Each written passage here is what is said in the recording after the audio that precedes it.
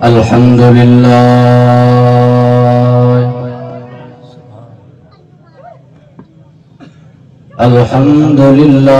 वकफा वसलामुन अला इबादिहिल्लज़ीना इस्तफ़ा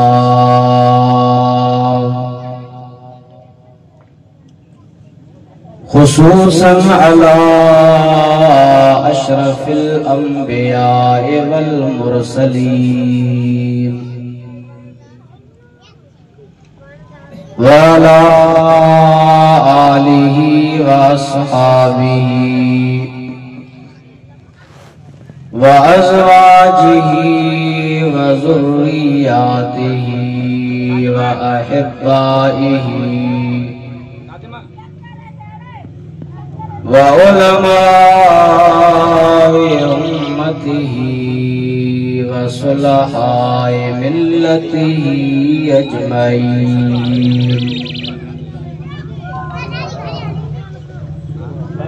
अम्मा बाद फ़क़द क़ाल अल्लाहु तबारक व तआला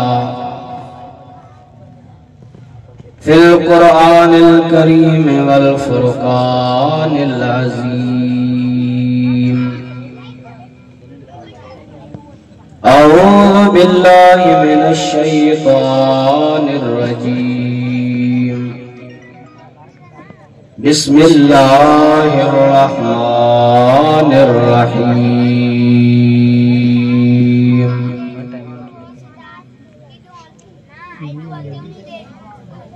लक़द जाअकुम रसूलुम मिन अनफुसिकुम अज़ीज़ुन अलैहि मा अनित्तुम हरीसुन अलैकुम बिल मुमिनीना रऊफ़ुर रहीम। सदक़ल्लाहु मौलानल अज़ीम। इन्नल्लाह व मलाइकतहु युसल्लूना अलन नबिय्य या अय्युहल्लज़ीना आमनू सल्लू अलैहि व सल्लिमू तस्लीमा। अल्लाहुम्मा सल्लि अला सय्यिदिना मौलाना मुहम्मदिन व आलिहि व अस्हाबिहि व बारिक व सल्लिम अलैहि। ज़ेरे कदम अर्शे बरी बलगल उला बिकमालिही वद शम्स का रोशन जबी कशफत दुजा बिजमालिही। सीरत हसी सूरत हसी हसनत जमी खिसालिही इदरीस कर तू दिल नशी सल्लू अलैहि व आलिही। जेतरा में बैठा आयो सब मिली जुली मुझे महबूब ते दुरूद शरीफ पढ़ायो सल्लल्लाहु या रसूल अल्लाह।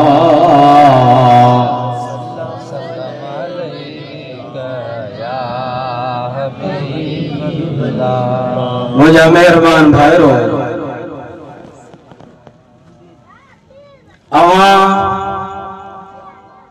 अज हिन गोठ जो नालो रोशन पल में मदीने वारे साईं जे मिलाद जी महफिल सजाई आ। असांजे प्यारे हज़रत अल्लामा मौलाना खलीफा साईं वाजिब अली ताहिरी साहब हुकुम फरमायो अवां जी ज़ियारत दीदार नसीब थियो आ।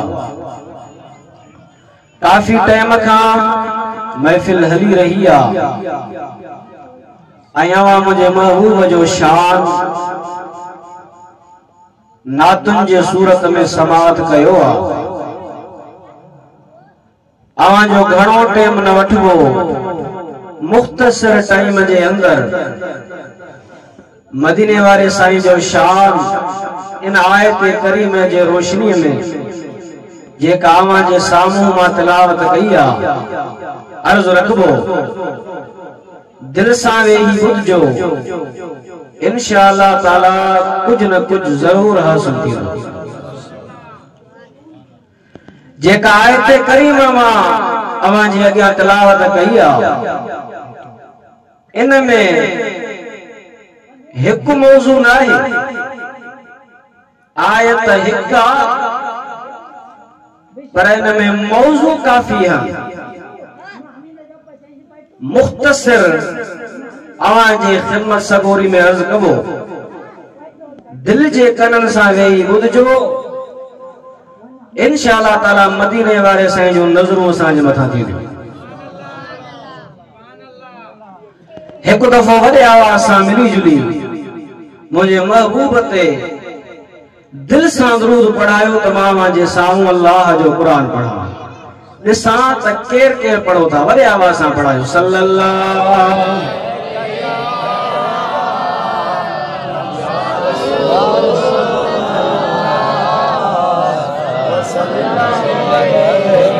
हबीब अल्लाह सल्लल्लाहु अलैहि या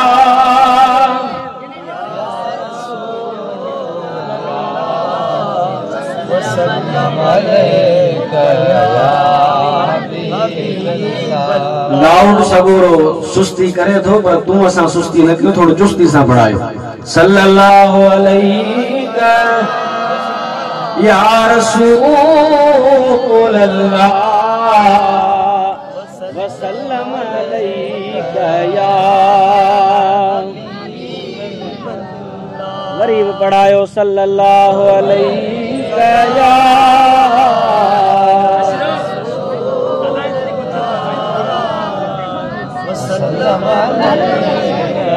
वसल्लम अलैका या। सरवरे अंबिया की है महफिल सजी, लीजिए कुछ मजा झूमते झूमते। मदीने वारे साईं जी महफिल सजाई थव, मज़ो तो वठूं न। सरवरे अंबिया की है महफिल सजी, लीजिए कुछ मजा झूमते झूमते। मैं सुनाता रहूं आप सुनते रहें, जिक्र खैरुल वरा झूमते झूमते।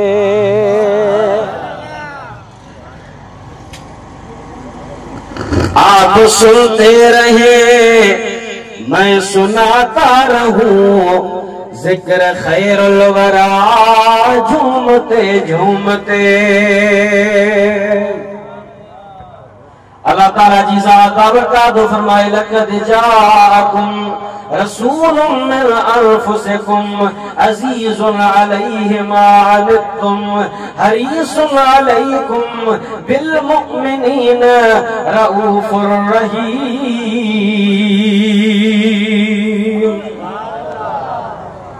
बड़े आवाज़ सां चयो, जोर सां वॾे आवाज़ सां। थकी जी पिया आहियो पर घड़ी खन साथ निभायो, वॾे आवाज़ सां चयो सुभान अल्लाह। अल्लाह ताला जी ज़ात बरकातहू फरमाए लक़द जाअकुम रसूलुम मिन अनफुसिकुम अज़ीज़ुन अलैहि मा अनित्तुम हरीसुन अलैकुम बिल मुमिनीन रऊफुर रहीम। रब तो फरमाए अलबत्ता की अहां वट अहां मजा शान वारो रसूल आयो आ। सुभान अल्लाह। हिकड़ो मौजू यो आ, अहां वट शान वारो रसूल आयो आ, ऐं इन में रसूलुल्लाह जो मीलाद छा आहे साईं? हिकड़ा माण्हू चवंदा हुआ तव्हां मीलाद कयो था, क़ुरान में किथे आ? काथे लिखियल आहे क़ुरान में मीलाद था कयो? अल्लाह उन्हनि जे अकुल जो कुसूर आ, समझ जो ॾोह आ। समझन था, पर जेकॾहिं समझन था को भी तअस्सुब ऐं साह रखे, वो पंहिंजे अॻियां रखी अंध जी पट्टी अखियुनि जे अॻियां आणे ऐं रसूलुल्लाह सां बुग़्ज़ जो इज़हार था कर। तू क़ुरान करीम खे पढ़ंदे ज़रे ज़रे मुस्तफ़ा जो मीलाद नज़र ईंदई। एक न ॿ न टे न केतिरियूं आयतूं जिन में अल्लाह ताला जी ज़ात बाबरकात मुंहिंजे मुस्तफ़ा करीम जे आमद जूं ॻाल्हियूं कयूं।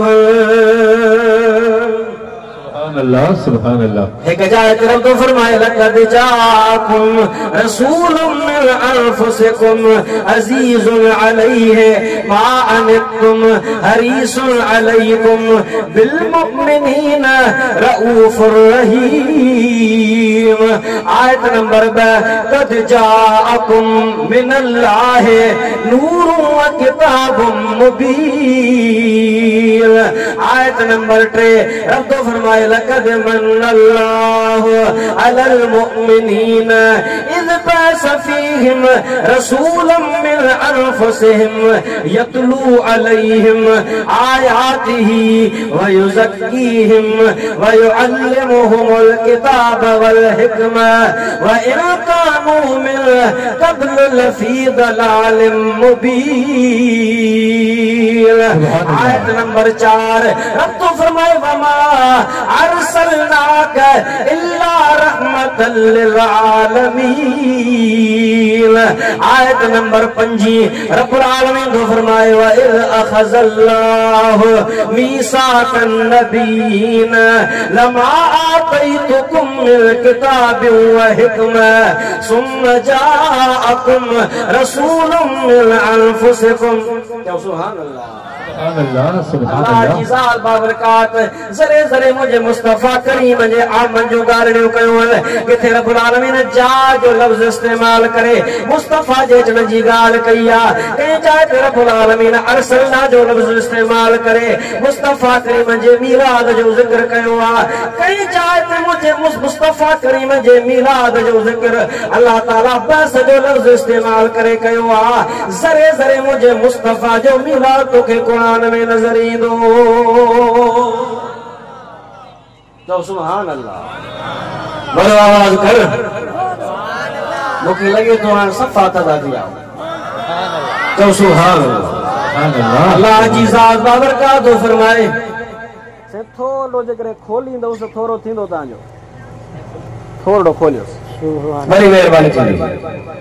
अल्लाह ताला जी ज़ात बाबरकात फरमाए लक़द जाअकुम रसूलुन मिन अनफुसिकुम। ए अरब में रहण वारो ऐ इंसानो अव्हां मंझा अव्हां दे अल्लाह जी ज़ात बाबरकात अव्हां जे रब शान वारो रसूल मोकिलियो आहे। अब आहे असां मंझा थोड़ो तवज्जो आहे इंसान मंझा अल्लाह जो कुरान तो फरमाए अवां मंझा अवां दे अवां जे रब मोकिलियो आहे, पर अवां जहिड़ो नाहे शान वारो चाहे दुनिया जा वली गॾु कर, गौस गॾु कर, कुतुब गॾु कर, औलिया गॾु कर, औताद गॾु कर, ताबई गॾु कर, सहाबी गॾु कर, कंहिं नबीअ जे बराबर नथा थी सघनि, नबी रसूल जे बराबर कोन था थी सघनि। रसूल उलुल अज़म खां वधीक उलुल अज़म जो शान आहे, पर सभिनी रसूलनि खां मथे जे हस्ती जो शान आहे मुहम्मद अरबी आला हज़रत अजीमुल बरकत मुजद्दिद दीन व मिल्लत मौलाना शाह अहमद रज़ा खान फाज़िल बरेलवी रहमतुल्लाह अलैह इन ॻाल्हि खे ॾाढो सुहिणो बयान फरमायो। छा तो फरमाए खल्क से औलिया और औलिया से रसूल। वॾे आवाज़ सां तयारी न कनो, थोड़ो तवज्जो सां ॾियो। खल्क से औलिया औलिया से रसूल और रसूलों से आला हमारा नबी सबसे आला औला हमारा नबी सबसे बाला अल्लाह मारा नबी दूध बड़ाए उड़े आवाज़ सल्लल्लाहु रसूलुल्लाह वसल्लम अलैका या हबीबल्लाह। सोलो कोन छॾींदो सां मां बंदि करे आयो लाख करोड़ खां ऐं हिते बि 1.5 कलाक इंतज़ार कदुमि 1.5 कलाक त वठां न। अल्लाह जी ज़ात फरमाए लक़द जाअकुम रसूलुन और चाचो थियो भई एक मुला जान न छॾींदो उथी जान छॾाया ये त न आहे न साईं न मौलवी साहब जो करे तकरीर हिकिड़ो हिकिड़ो थींदा विया उथंदा उथंदा उथंदा हिकिड़ो वञी बचो मौलवी साहब जस तोखे मुंहिंजी तकरीर लॻी आहे जिसे लॻी न आहे या कुर्सी मुंहिंजी आहे उथ बि खणा। अल्लाह जी ज़ात फरमायो रब तो फरमाए लक़द जाअकुम रसूलुन मिन अनफुसिकुम ऐ इंसानो ओ अर्द में रहण वारो अवां मजा अवां जे रब शान वारो रसूल मोकिलियो केॾे शान वारो हज़रत अब्बास साईं खां रवायत तिरमिज़ी शरीफ में लिखी पई मुझे मुस्तफा जो चाचो तिलावत हज़रत अब्बास तो फरमाए त मुस्तफा करीम जी ज़ात बाबरकात पंहिंजे शान के बयान फरमायो पंहिंजे अज़मत के बयान फरमायो पंहिंजे नसब हसब के बयान फरमायो मुझे मुस्तफा जी ज़ात बाबरकात मिंबर शरीफ ते बिही ऐं ऐलान फरमायो वाज़े तौर ते तकरीर फरमाई मुस्तफा करीम फरमायो अल्लाह जी ज़ात बाबरकात सब खां भली मखलूक में मां मुस्तफा के पैदा फरमायो मखलूक में जेका भली मखलूक उन में रसूलुल्लाह तो फरमाए तरफ मुखे पैदा फरमायो वरी उन मखलूक भली जा गिरोह ठाया टोला ठाहे जमातूं ठाहे कहिड़ियूं जमातूं कहिड़ा टोला कहिड़ा गिरोह हिकिड़ो अरब ॿियो अजम छा गिरोह आहिनि मुस्तफा फरमायो त मूंखे भले गिरोह अल्लाह जी ज़ात अरब में पैदा फरमायो हाणे इन अरब जे गिरोह में वरी कबीला थिया उन कबीलन में रब्बुल आलमीन भले कबीले मूंखे पैदा फरमायो वरी कबीले में रब खानदान पैदा कया खानदान ठाया उन्हनि सभिनी खानदान में भले खानदान कुरैशी खानदान में रब्बुल आलमीन मूंखे पैदा फरमायो ऐं उन कुरैशी खानदान में बि रब मूंखे भलो करे पैदा फरमायो। अब आहे अक़ीदो हाँ साईं सब खां भलो आहे कायनात मुस्तफा जी ज़ात छा आहे साईं उहो उहा मुस्तफा जी ज़ात जे गुमराही मां कढियो जहालत जे अंधकार मां कढियो रब्बुल आलमीन जी सुञाण ॾिनी अल्लाह ताला जी सुञाण मुस्तफा करीम ॾिनी अल्लाह ताला तो फरमाए लक़द जाअकुम रसूलुन मिन अनफुसिकुम अल्लाह जी ज़ात अव्हां जे रब अव्हां मुंहिंजा शान वारो रसूल मोकिलियो अज़ीज़ुन अलैहि मा अनतुम वो अहिड़ो त भलारो जो अव्हां खे तकलीफ़ पहुचंदी तो वो मुस्तफा मदीने में महसूस कंदो के चवंदा आहिनि नबी असां जहिड़ो चवंदा आहिनि न साईं थोड़ो ॻाल्हायो पर मुंहिंजे मुस्तफा जी ज़ात बाबरकात हबीब जी ज़ात बाबरकात बेमिसल बेमिसाल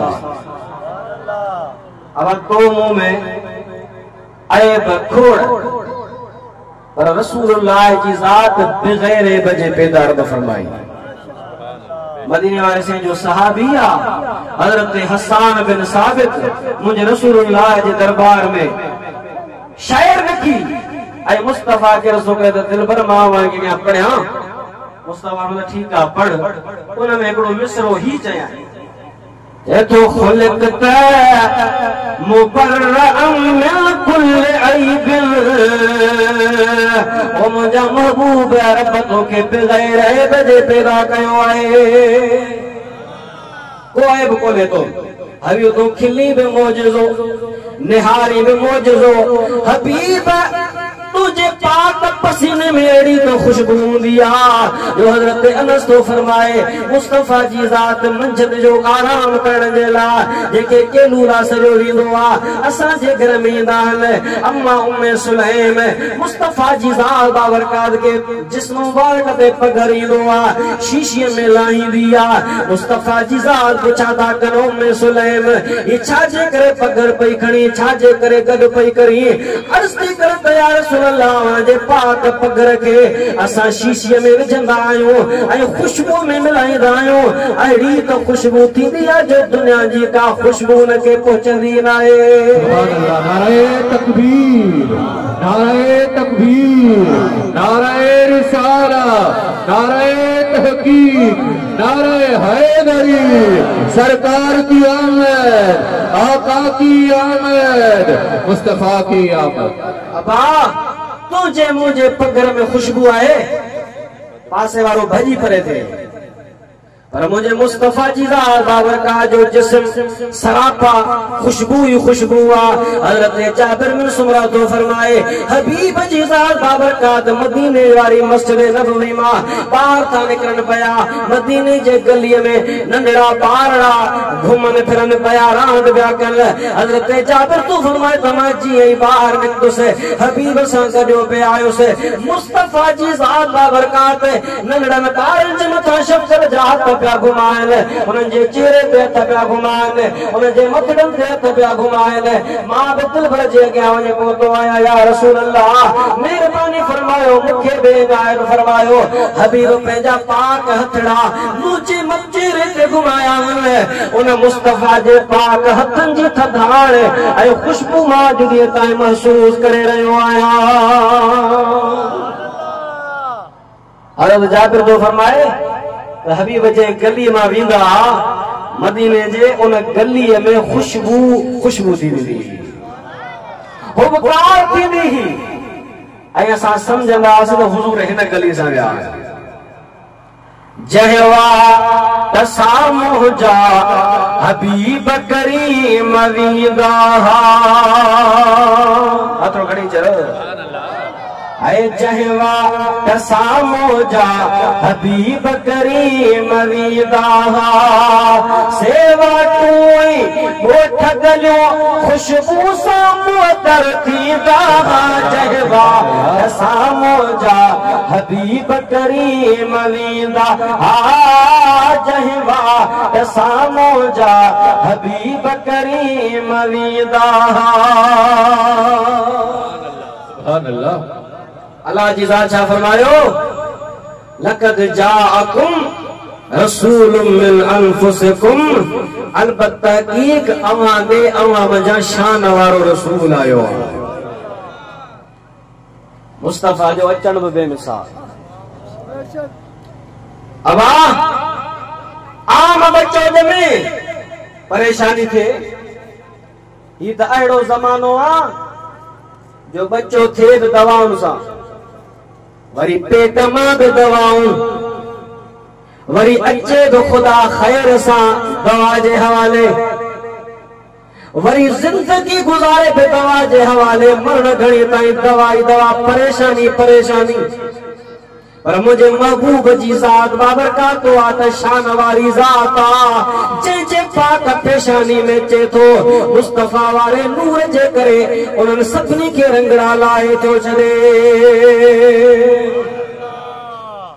अल्लाह जी साईं सगल नात पे पढ़ी न चंड सितारा पोइ थिया अवल मुझो महबूब हुयो पूरी कायनात अल्लाह जी ज़ात पोखल की तेरा मुस्तफ़ा जी ज़ात बाबरकात जो नूर खलकी आई।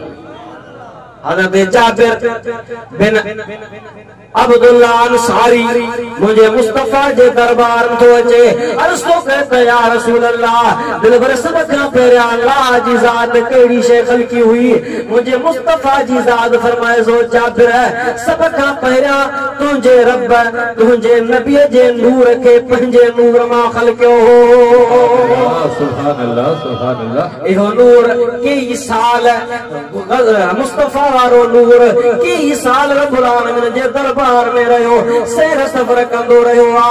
का भी शै काने का, न जिब्रीला न मीकाईला न इसराफीला न इज़राईला न जमीना न आसमाना न सिज्जा न चंद्रा न सितारा न जन्नता न जहन्नमा न जमीन न आसमान।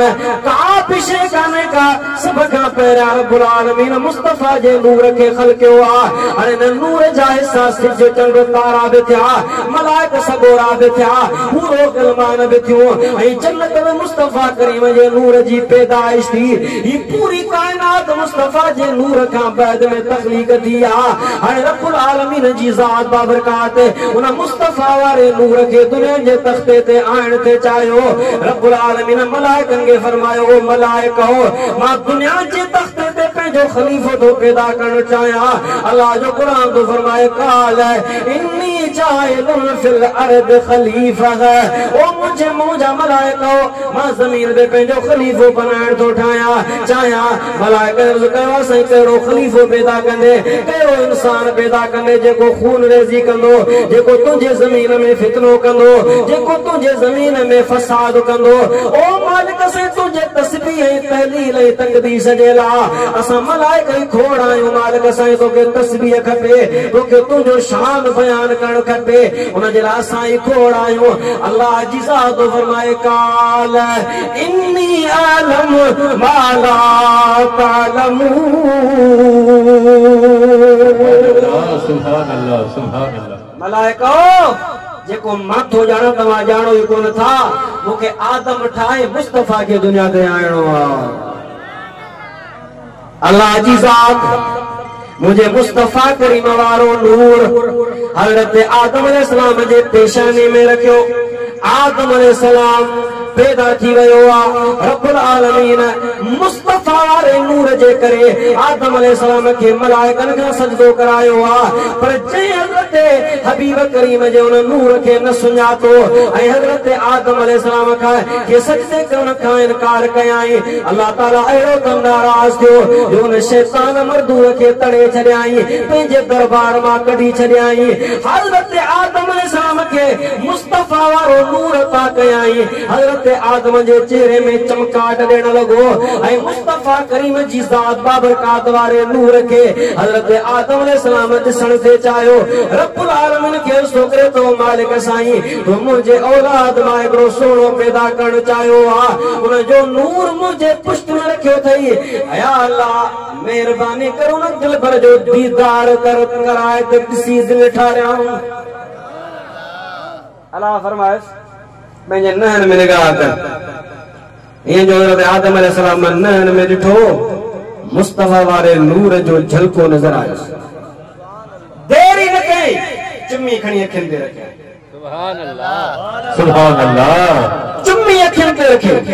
हाणे मुस्तफा जी ज़ात बाबरकात जो नूर हज़रत आदम जे पेशानी में आ। आदम अलैहिस्सलाम जे चेहरे में मुस्तफा जो नूर चमकाट ॾींदो आहे। हज़रत आदम अलैहिस्सलाम वारो नूर हज़रत हवा जे पाक बतन अतर में मुंतकिल थियो आहे। उतां हज़रत शीस अलैहिस्सलाम वटि आयो आहे। शीस खां मुंतकिल थींदो इद्रीस वटि आयो आहे। इद्रीस खां मुंतकिल थींदो नूह वटि आयो आहे। हज़रत नूह खां मुंतकिल थींदो हज़रत इब्राहिम अलैहिस्सलाम वटि आयो आहे। हज़रत इब्राहिम खां मुंतकिल थींदो हज़रत इस्माइल जे पेशानी में चमकाट ॾियण लॻो आहे। सुभान अल्लाह सुभान अल्लाह। ऐं जंहिं जंहिं वटि अलाह बासी न ॾे मिठा ईअं न कयो बाबू तो ॿुधाए। सुभान अल्लाह सुभान अल्लाह। हज़रत इब्राहिम अलैहिस्सलाम जे पेशानी में नूर आयो। जंहिं जंहिं जे पेशानी में मुंहिंजे मुस्तफा जो नूर पियो अचे, उन सां बि महिरबानी पई थिए। सुभान अल्लाह सुभान अल्लाह। आदम अलैहिस्सलाम सां महिरबानी थी जो अल्लाह जी ज़ात बाबरकात हज़रत आदम जी तौबा क़बूल कई। सदको आमिना जे लाल जो। नूह सां महिरबानी थी, बेड़ो तारे ॾिनईंसि। हजरत इब्राहिम सा मुस्तफा जे नूर जे करे मेहरबानी थिया जो आला हजरत इब्राहिम आजाद थी वियो आ। हजरत इस्माइल सा मेहरबानी थी थे पई जो जरे हजरत हबीब वारो नूर हजरत इस्माइल जे पेशानी में चमके पयो अल्लाह ताला छुरी जे हेठा बचाए वियो आ। सुभान अल्लाह सुभान अल्लाह। यो सदको कंहिंजो आ? थोड़ो ॻाल्हायो त सही मिठा। मदीने वारे साईं जो। हाणे यो नूर मुस्तफा वारो मुंतकिल थींदो हजरत अब्दुल मुतल्लिब खां थींदो हजरत अब्दुल्ला जे पाक पेशानी में चमकण लॻो आहे। ऐं हजरत अब्दुल्ला साईं साहब मेहरबानी पई थिए। कीअं मेहरबानी पई थिए? मवाहिबुल लुदनिया वारे लिखियो हुजूर जी ज़ात फरमायो त मां बिन ज़बीहन जो फर्जंद आहियां। ज़बी हिकिड़ो हजरत इस्माइल अलैहिस्सलाम जेके अल्लाह जी ज़ात बाबरकात बचाए ॾिनो ऐं ॿियो ज़बी हजरत अब्दुल्ला। कीअं ज़बी आ? मवाहिबुल लुदनिया वारे इमाम कस्तलानी लिखियो त जॾहिं मुस्तफा जो नूर हजरत अब्दुल मुतल्लिब जे पाक पेशानी में चमके पियो त रात जो ख्वाब पे ॾिसे अल्लाह ताला इल्हाम फरमायस त ज़मज़म वारो खूह पूरजी वियो आहे न ज़मज़म वारे खूह खे खोट। समझंदा हलजो। हजरत अब्दुल मुतल्लिब खूह खे खोटण जो इरादो कयो। ऑर्डर खणी सामान खणी खूह खोटण जो शुरू कई। कुरैशी हजरत अब्दुल मुतल्लिब वटि आया से खूह खोटण न ॾींदासीं। चक्करश थी पई मना कयां। हजरत अब्दुल मुतल्लिब को फरमाया तो मूंखे उन वक़्त सिर्फ हिकिड़ो साहिबजादो हो हारिस। जॾहिं कुरैश मना कई आहे वेण जे लाइ आया आहिनि त मां दिलि में इहो सोचियो बासिम त जेकॾहिं अल्लाह साईं 10 पुट ॾिना त हिकिड़ो अल्लाह जे नाले ते कुर्बान कंदुसि। सुभान अल्लाह सुभान अल्लाह। अल्लाह ताला जी ज़ात बाबरकात मेहरबानी फरमाई 10 पुट ॾिनाई। खूह ज़मज़म वारो बि खोटजी वियो आहे। मुस्तफा करीम जो बाबो साईं हजरत अब्दुल्ला उन जे चेहरे में मुस्तफा जो नूर चमकाट ॾींदो आहे। हजरत अब्दुल मुतल्लिब सुतो पियो आहे। रात जो ख्वाब वेठो ॾिसे को चवण वारो चए थो अब्दुल मुतल्लिब पंहिंजी कुर्बानी पूरी कर पंहिंजी बास पूरी कर। हजरत अब्दुल मुतल्लिब तो फरमाए त मां सुबुह जो उथियो आहियां हिकिड़ो दांद हिकिड़ो उठ कुर्बान कयो अथमि। ॿी रात थी आहे वरी ख्वाब आयो आहे ओ अब्दुल मुतल्लिब पंहिंजी बास पूरी कर ॿ उठ कुर्बान कया अथमि। ॿी रात थी आहे वरी साॻियो ई ख्वाब आयो आहे ओ अब्दुल मुतल्लिब पंहिंजी बास पूरी कर मां वधीक कुर्बानी कई आहे। चौथी रात थी आहे अब्दुल मुतल्लिब जेका पास बासी हुई हिकिड़ो बच्चो रब्बुल आलमीन जे नाले ते कुर्बान कर। सुभान अल्लाह। नारे तकबीर नारे रिसालत नारे तहकीक नारे हैदरी। सरकार की आमद आका की आमद मुस्तफा की आमद। हजरत अब्दुल मुतल्लिब साईं सुबुह जो उथियो 10 पुटनि खे घुराई। बचड़ो मां बास बासी अमामा हिकड़े के अल्लाह जे नाले ते कुर्बान कंदुसि। हाणे केरु आहे जेको रब जे नाले ते कुर्बान थींदो?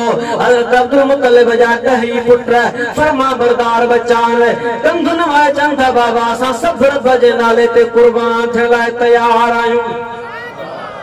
अहिड़ा फरमा बरदार पुट हुजनि जो अब्बे जे अॻियां वालिदैन जे अॻियां कंधु खणी मथे न निहारनि।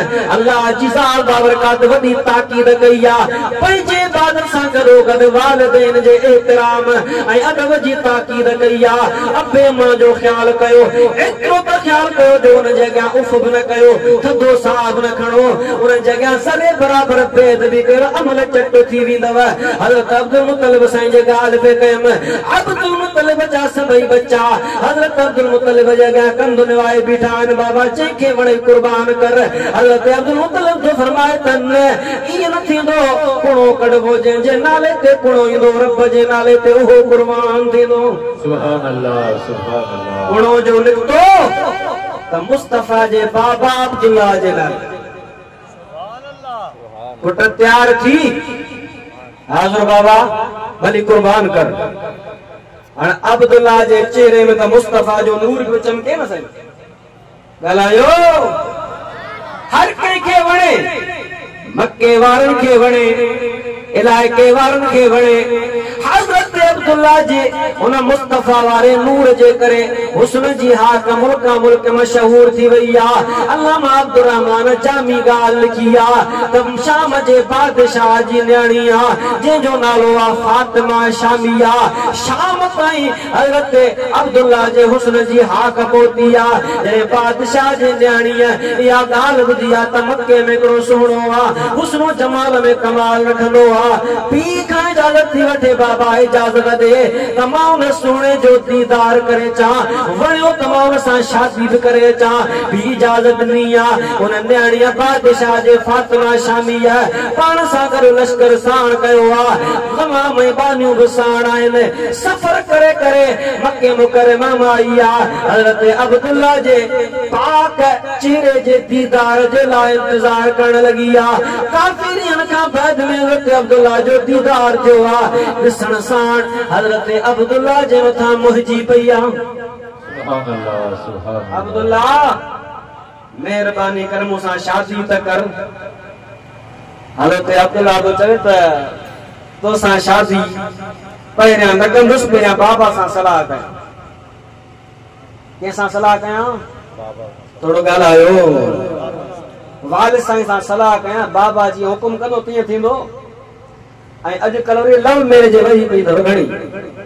भली पीउ नाराज़ हुजे, अमड़ नाराज़ हुजे, उन्हनि खे ॾिसबो ई न। जंहिं अबे मथे ते तगारियूं खणी औलाद खे पालियो, जंहिं अम्मा 9 महीना पेट में उन न्याणीअ खे सांढियो, सीउ हुजे बि उनखे पालियईं, सर्दीअ में बि उनजा किन खयईं, पाण पोसल ते सुम्ही पंहिंजे बच्चे खे गरम बिस्तरो मुहैया कयाईं। उन अबे अमड़ जो हया न रहियो आहे, उन अबे अमड़ जी लज न रही आहे। दुआ कर अल्लाह से अदब नसीब फरमाए। हज़रत अब्दुल्ला छा फरमायो त मां बाबा सां सलाह कयां। घर आयो, मुस्तफा करीम जे अबे पंहिंजे बाबा अब्दुल मुतलिब सां सलाह कई। बाबा तव्हांजी छा सलाह आहे? हज़रत अब्दुल मुतलिब चयसि त पुट तुंहिंजी शादी आमिना सां थींदी।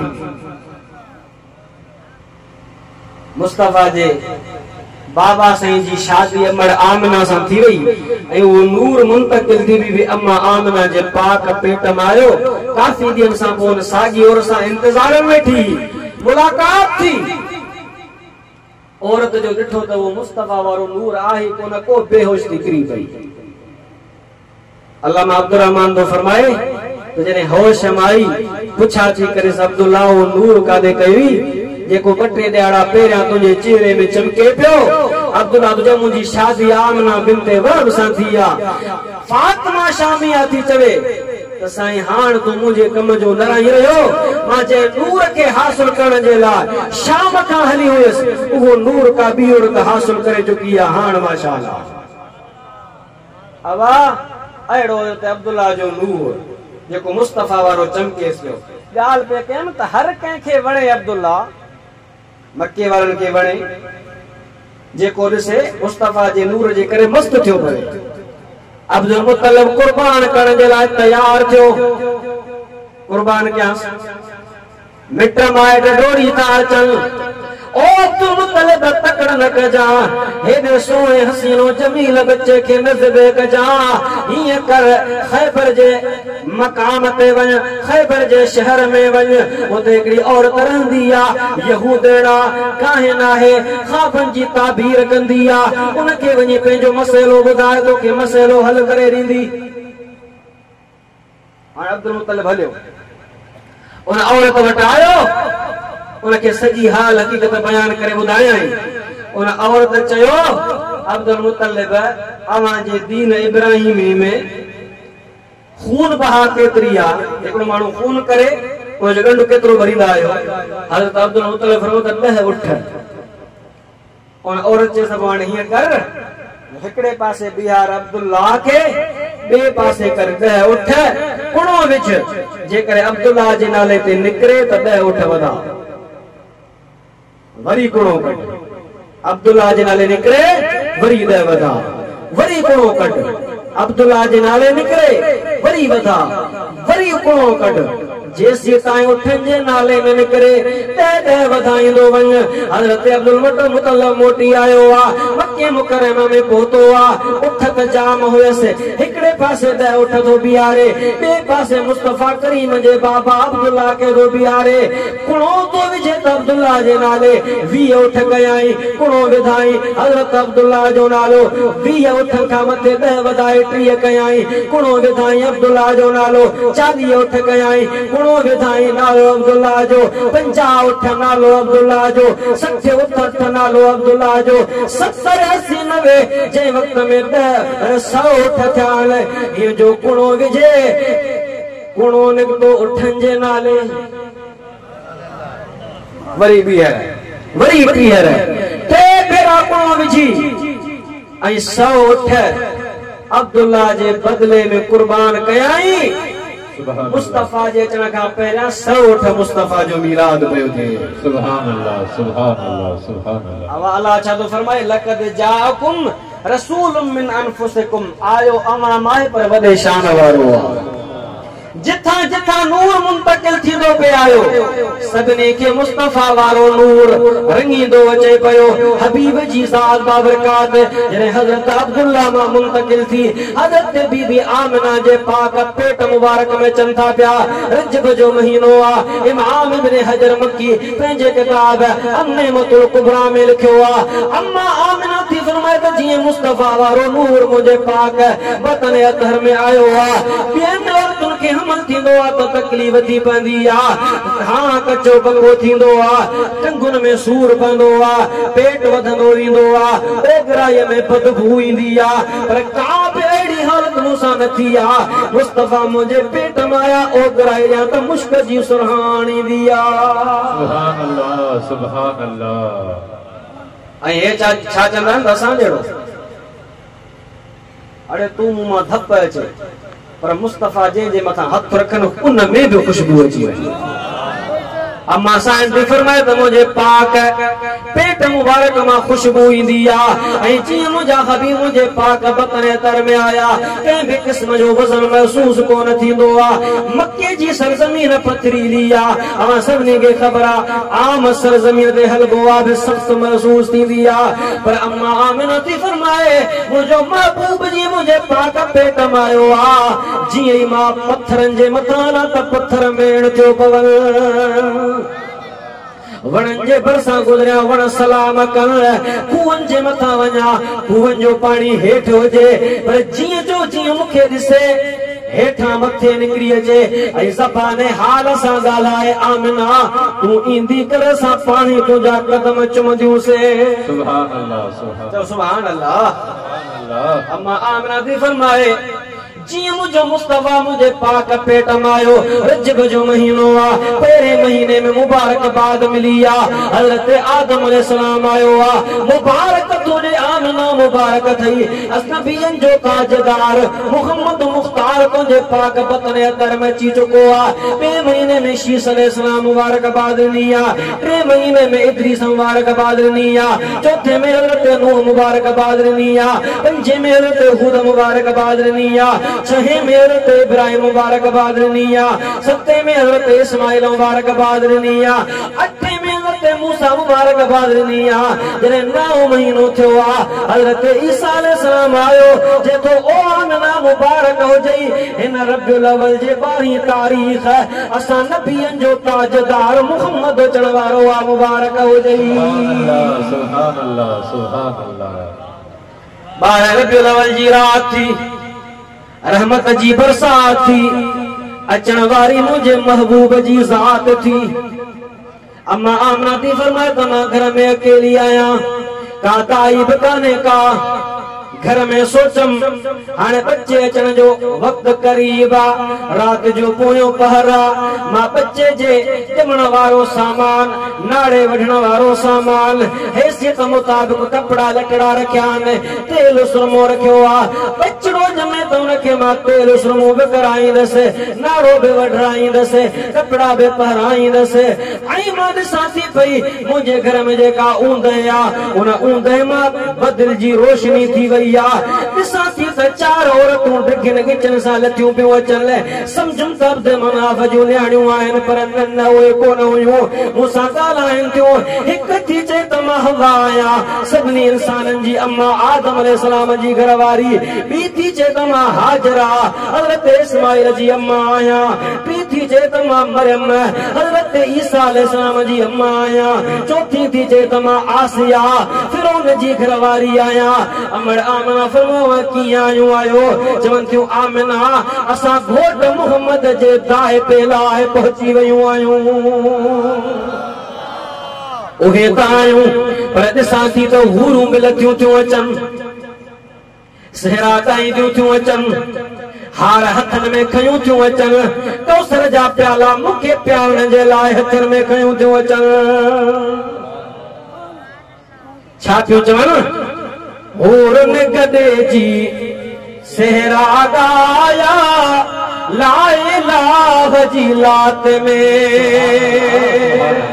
हथड़ो खणी चओ सुभान अल्लाह है हूरन गदे जी सहरा ॻाया लाए लाह जी लात में हूरन गदे जी हथ मथे करे चओ सुभान अल्लाह हथ मथे कयो जेके थका हो सब थक जी पिया भुल जी पिया है ना भूल जी पिया थका ना आयो भूलिया हो चौहूरन गदे जी सहरा ॻाया लाए लाह जी लात में लाए लाह जी लात में सूमर वारी रात में हूरन गदे जी सहरा ॻाया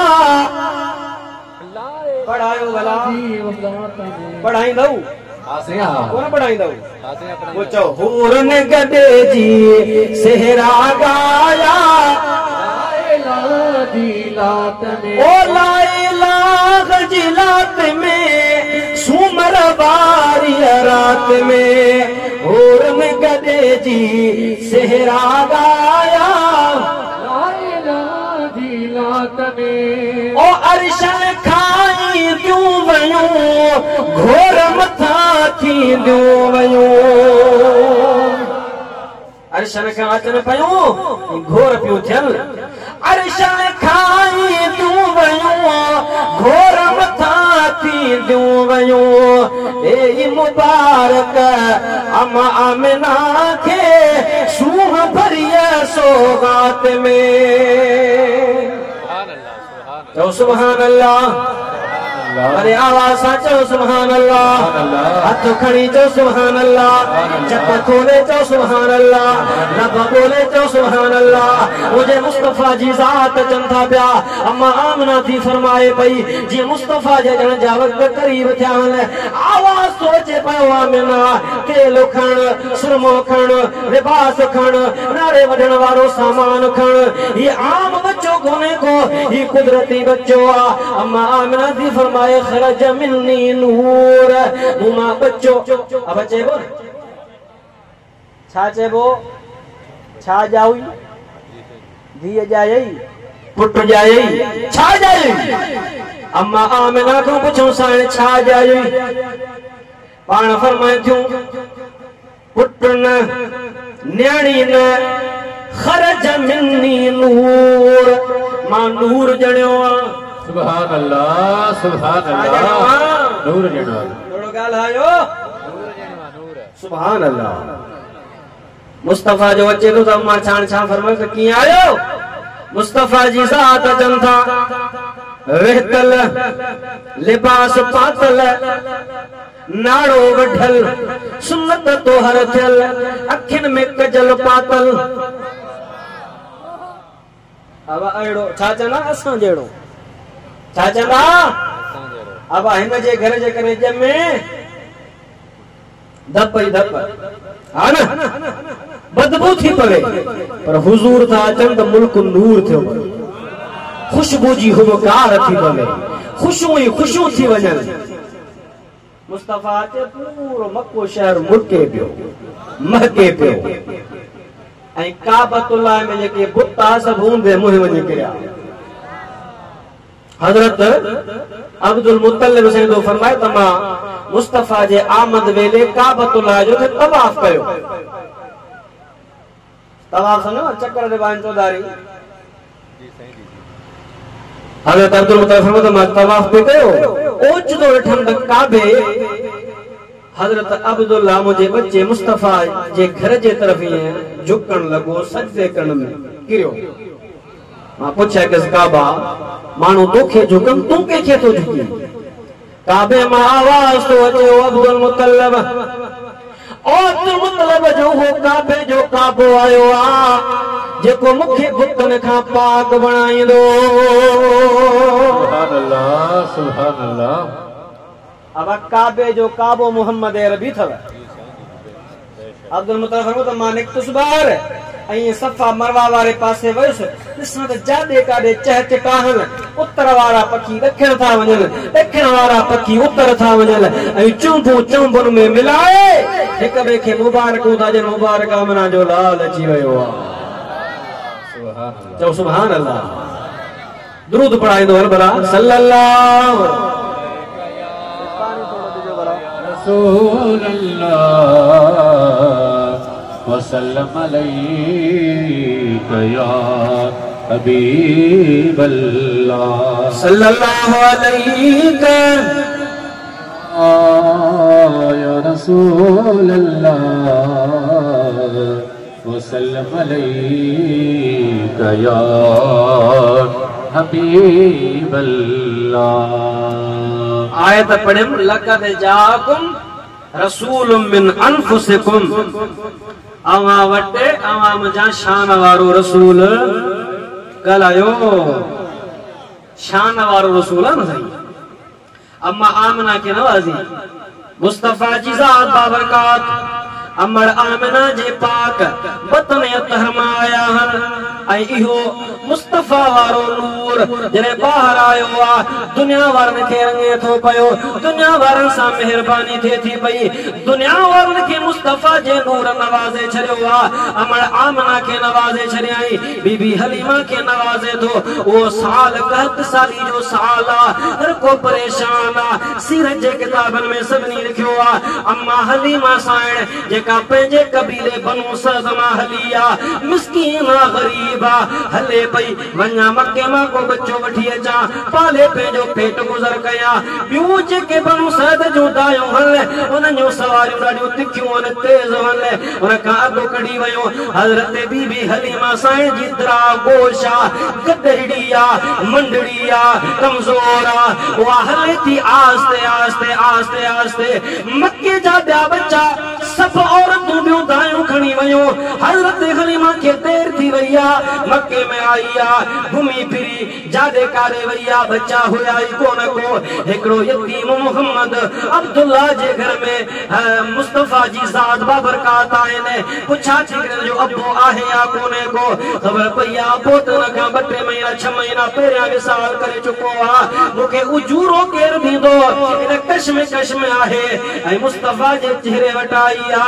मुस्तफा जे चेहरे ता कपड़ो हटाए थी कपड़ो हटाए जो ॾिसे सुभान अल्लाह मुस्तफा जे चेहरे मां हिकड़ो नूर निकतो पेशानी मां जेको अर्श ते वयो ऐं हबीब अम्मा हलीमा के निहारे ऐं मुस्कुराए ॾिनो सुभान अल्लाह सुभान अल्लाह समझी वई त आम बचो कोन्हे त भलारो बचो आ खणी चुम्मी पाए जो छाती सां लातई त अम्मा हलीमा के रंगे छॾी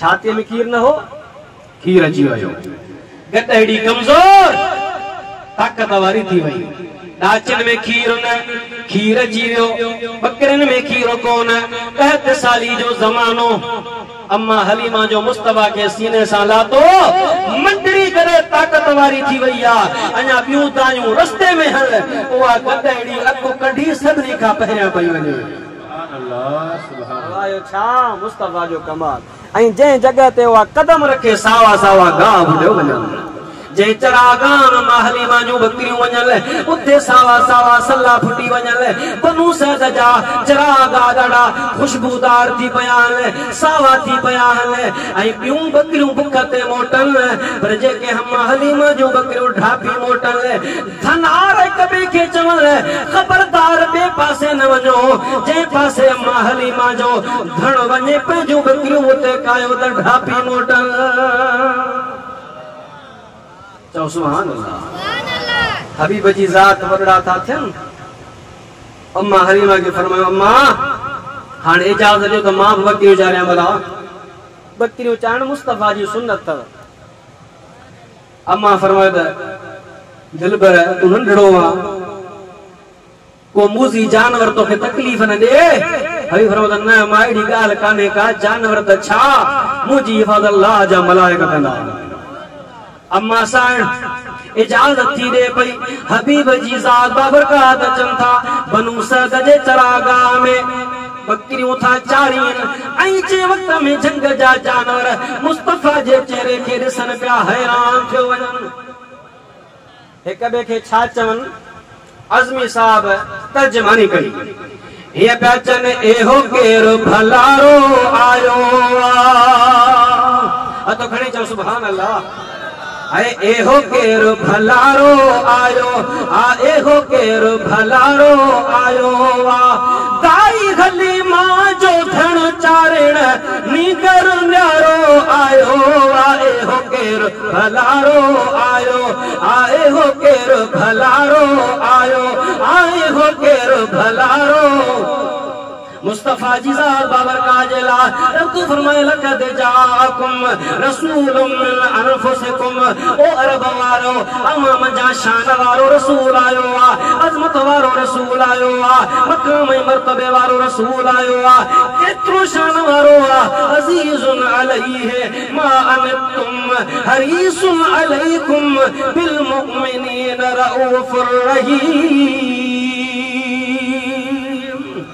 एतरो मेहरबान एतरो शफीक अवा के तकलीफ पहुंचंदी मुस्तफा के ॾाढी दुखी लगंदी हबीब जी ज़ात बाबरकात हरीसुन अलैकुम अवा जे मथा हरीस आहिनि अबा तूं असां पैसनि जे मथा हरीस तूं असां दुनिया जे मथा हरीस तूं असां बैंक बैलेंस जे मथा हरीस तूं असां सोचूं कार अचे तूं असां सोचूं बंगलो हुजे तूं असां सोचूं ज़मीन जो एकड़ वधी पवे तूं असां सोचूं असांखे माल ऐं मिल्कियत हुजे असां दुनिया दौलत ते हरीस आहियूं पर मुस्तफा जी ज़ात छा हरीसुन अलैकुम बिल मुमिनीन रऊफुर रहीम तूं असां पैसनि ते हरीस पर मुस्तफा जी ज़ात तो असांजे मथां हरीस अच्छा सा अम्मा मैं अभी फरमाया तो मुस्तफा जी ज़ात सिर सजदे में रखी उम्मत जी याद कया रब्बे हबली उम्मती मुझा मालिक से मुझे उम्मत जी पारत हो जाई हबीब जी ज़ात बाबरकात चना सा तो असा के न विसारियो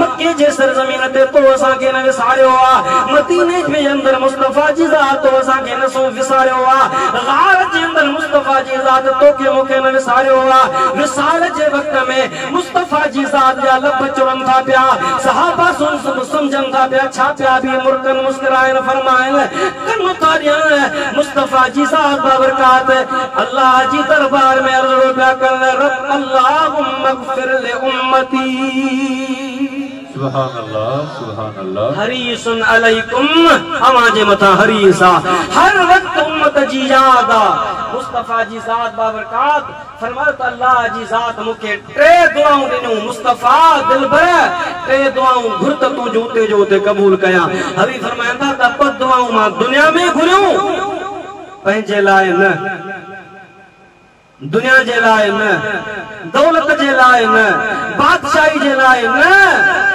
दुआ घुरम त मालिक साईं मुझे उम्मत जी पार मुझे उम्मत के बख्श सुभान अल्लाह दुआ मां बचाए रखिया जरे क़यामत जो मैदान थींदो उते मां वा दुआ घुरी सॼी उम्मत बख्शाए वठंदुसि अवा एडो महबूब मेहरबान एतरो करम नवाज जो कई चाहे ते तोखे मुखे नथा विसारीन उन महबूब जी लज रखजे या न रखजे थोड़ो ॻाल्हायो हाँ दुनिया में मुस्तफा न विसारियो, मक्के में न, मदीने में न, विसाल जे वक्त मुस्तफा जे लबन ते उम्मत जी याद आ।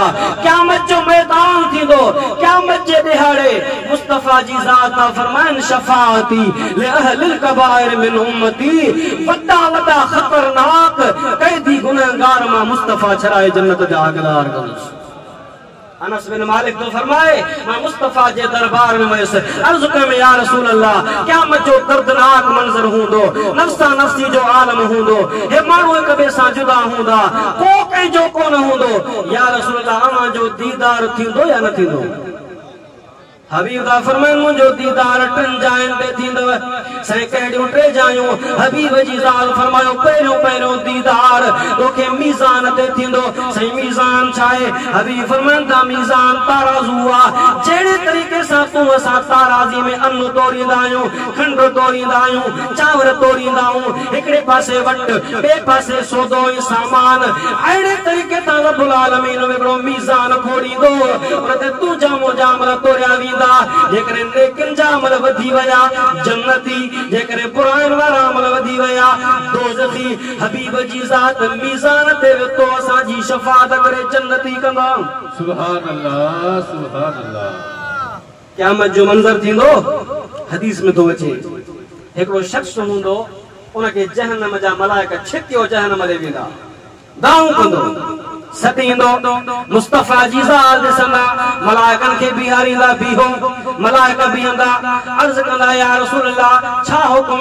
हबीब फरमाईंदा इनखे छो पिया गेलियो वञो? अर्ज़ कंदा त मुस्तफा या रसूल अल्लाह रब जो आर्डर आहे, इनखे जहन्नम में मोकिलियो, ही गुनहगार आहे, खतरनाक कैदी आहे, ज़िंदगी इन जी गुनाहनि में आई हुई। मुस्तफा फरमाईंदा मुंहिंजे साम्हूं मल तोड़ियोसि, मुस्तफा जी ज़ात जे साम्हूं मल तोड़िया वेंदा, साॻी तरह हुन जा गुनाह वारा अमल वधी वेंदा, गुनाह वारो पुड़ वज़नी थी पवंदो। हबीब जी ज़ात पंहिंजे खीसे मां, पंहिंजे जेब मां पर्ची कढंदा, उन पर्ची खे नेकिन वारे पुड़ में विझंदा। जीअं ई मुस्तफा वारी पर्ची नेकिन वारे पुड़ में ईंदी, नेकियूं वधी वेंदियूं, गुनाह हूंदा ई को। हाणे त बस, हाणे जन्नत ते वठी वञोसि। वो जेको गुनाहगार हूंदो अर्ज़ कंदो साईं अवां हेॾी महिरबानी कई, केरु आयो? मुस्तफा फरमाईंदा मूंखे नथो सुञाणी, मां तुंहिंजो नबी मुहम्मद अरबी आहियां। सुभान अल्लाह। या रसूल अल्लाह हेॾी महिरबानी कई अथव, छाजे करे? मुस्तफा फरमाईंदा त फलाणे टाइम ते फलाणी जाइ ते तो मुंहिंजे मथां दुरूद पढ़ियो हो, उहो मूं वटि अमानत हुयो, हिते केरु कम में न आई, मां मुस्तफा तोखे कमु आयो आहियां। तो सुभान अल्लाह। मुस्तफा जी ज़ात बाबरकात फरमाइन था मीज़ान ते न समा मिलंदो माए, उते पंहिंजे उम्मतनि जी शफ़ाअत कंदुसि। साईं मीज़ान ते न मिलो पोइ काथे मिलंदो? मुस्तफा जी ज़ात फरमाए पोइ मां तोखे पुलसरात ते मिलंदुसि। साईं पुलसरात छा आहे? हबीब जी ज़ात फरमाइन था पुलसरात जहन्नम जे मथां रखी वई आहे, जेका तलवार खां तिखी आहे, वार खां सनड़ी आहे, ऐं उन जे मथां इंसान गुज़रंदा, जेको पार पहुची वियो टपी वियो जन्नती थी वेंदो, जेको टपी न सघियो दोज़खी थी पवंदो, किरी पवंदो हेठि। या रसूल अल्लाह उते छा कंदो? हबीब फरमाइनि था तनस उन जाइ ते मां बीही कमज़ोर उम्मतनि खे पुल पार कराए जन्नत जो हक़दार कंदुसि। से पुल ते न मिलो त पोइ पाण फरमाईंदा पोइ मूं तोखे हौज़े कौसर ते मिलंदुसि। साईं उहो छा आहे? मुस्तफा फरमाइनि था त उहो अल्लाह मूंखे अता कयो आहे जंहिंजो पाणी खीर खां वधीक अछो, माखीअ खां वधीक मिठो, मुश्क खां वधीक खुशबूदार, जेको हिकु दफ़ो पीअंदो वरी उञ ई न लॻंदुसि।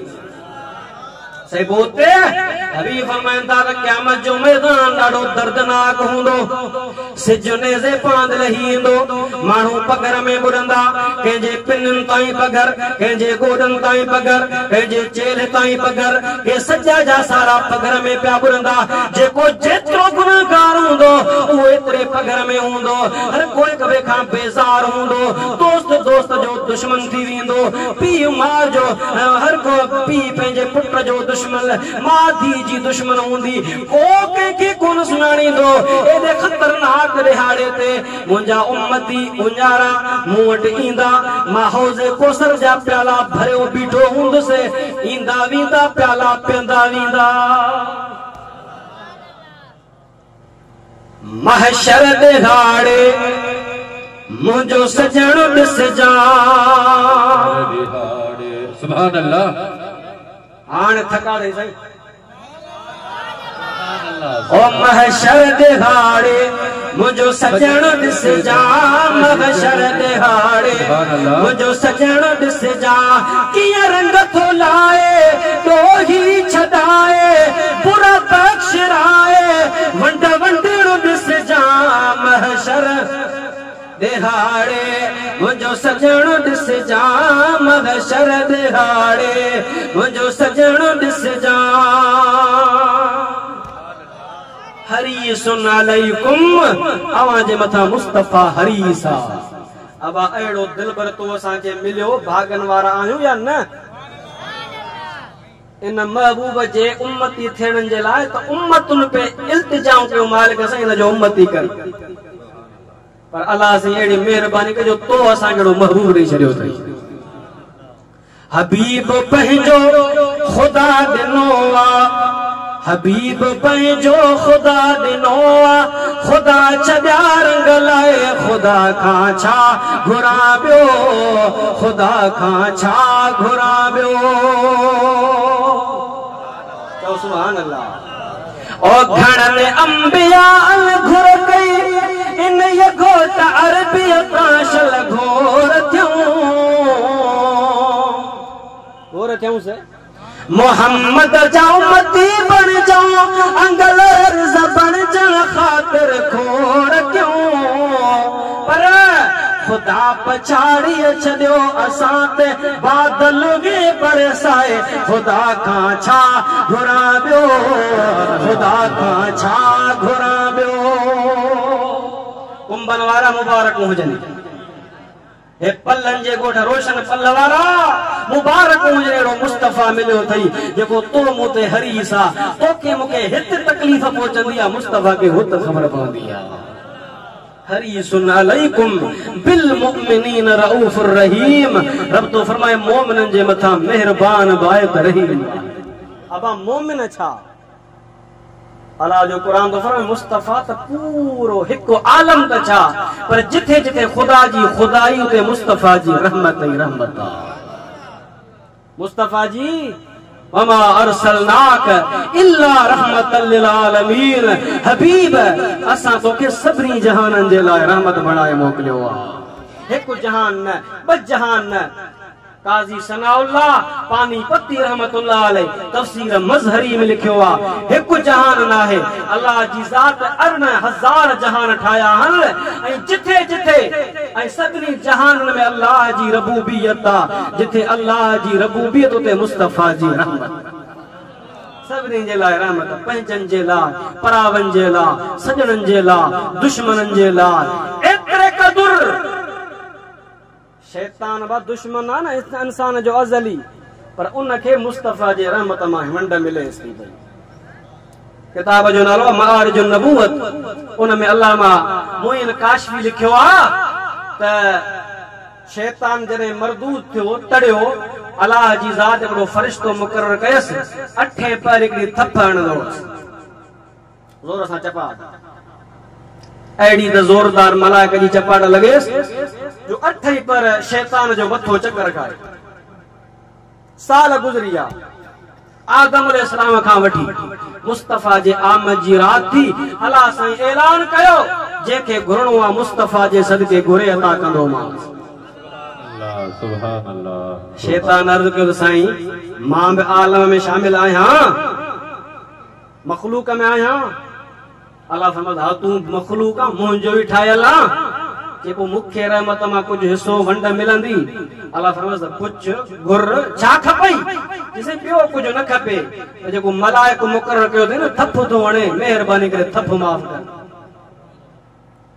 अल्लाह फरमाए अंधो थी जेकॾहिं घुरी हां त मालिक साईं माफ़ी दे त मुस्तफ़ा जे करे जो सखावत जा दरवाज़ा खुलियल आहे माफ़ करे छॾिया। सुभान अल्लाह सुभान।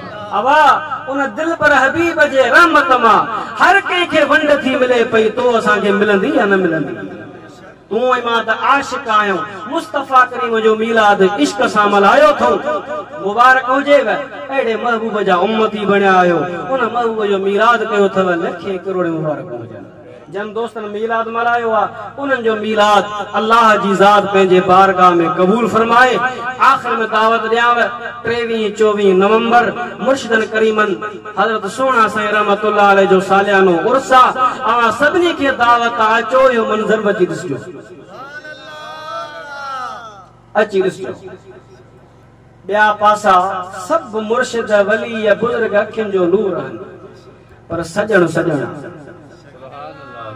सजण सजण सजणा संदन जो अंदाज निरालो संदन जी गुफ्तार निराली संदन जो अखलाक निरालो कदे के जी गिला न गीबत न बुछड़ो न कुछ भी न अगर नसीहत होंदी दोस्तो प्यारा भाइरो मेहनत कयो के रंजायो न दिल आज़ारी न कयो अल्लाह जे महबूब जो हकीकी दीन आए तो मुझे महबूब मुर्शिद सुभान अल्लाह सुभान अल्लाह सुभान अल्लाह उन सोने सजण साईं जे दरबार ते अचण जी के दावता अचो ॾिसो इंशाअल्लाह ताला उन महबूब जे नाइब जे फैज़ मां हिस्सो मिलंदो अल्लाह साईं मुंहिंजो चवण ऐं अवां जो ॿुधण कबूल फरमाए वमा तौफीक़ी इल्ला बिल्लाह व आखिर दावाना अनिल हम्द